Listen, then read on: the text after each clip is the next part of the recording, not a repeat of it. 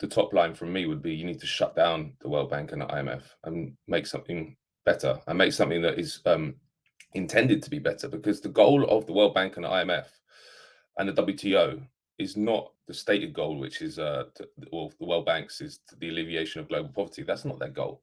They might tell themselves that, they might tell the world that, but that's not their goal. Their goal is to ensure that the rule of the 1%, the rule of corporations, is enforced around the world. I don't think we need this aid. I think what we need to do is support governments which are actually going against these aid organizations.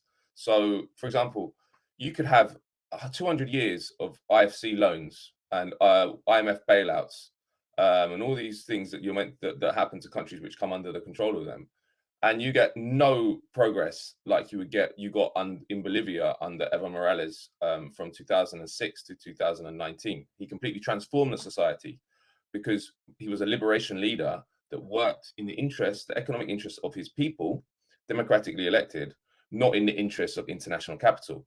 And that is what we should be supporting. We should be supporting liberation governments which are trying to kick out these institutions, because these institutions are not the answer, they're the problem. My take is we know what works in development.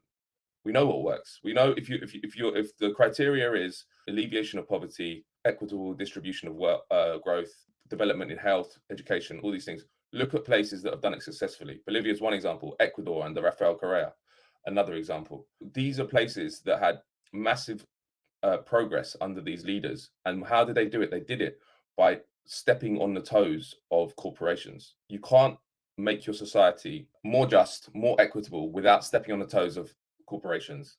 And behind them step the people that's the hidden fist of those corporations, which is the US military and NATO, essentially in Latin America. It has traditionally been. So you need to, and actually Hugo Chavez said this when he was when he was president of Venezuela. He said, look, I have nothing against the United States or the World Bank or whoever it is, but with my program, there's no way I can enact that without stepping on the toes of the empire, what he called the empire, and it is an empire.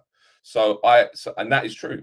You can't do it. And in fact, the empire eventually supported a coup in Bolivia, even though they made all this progress in 2019. The next year, democracy was reinstated. So my take is, if you want to, if your goal is alleviation of global poverty, if your goal is a more just world, a more progressive world, we need to support liberation governments which are going against the Bretton Woods institutions, because the Bretton Woods institutions are offering a menu of policies which are a disaster, mostly wherever they're practiced, and also they're meant to benefit the richest people in the world. They're not meant to benefit the poorest people in the world. A huge amount of propaganda is created within these institutions because they have so much money. They have a lot of money that they can pay academics and other analysts to write papers which support what they're doing. But if you kind of clear all that away, it's just another form of economic imperialism. So we need to shut them down, in my opinion.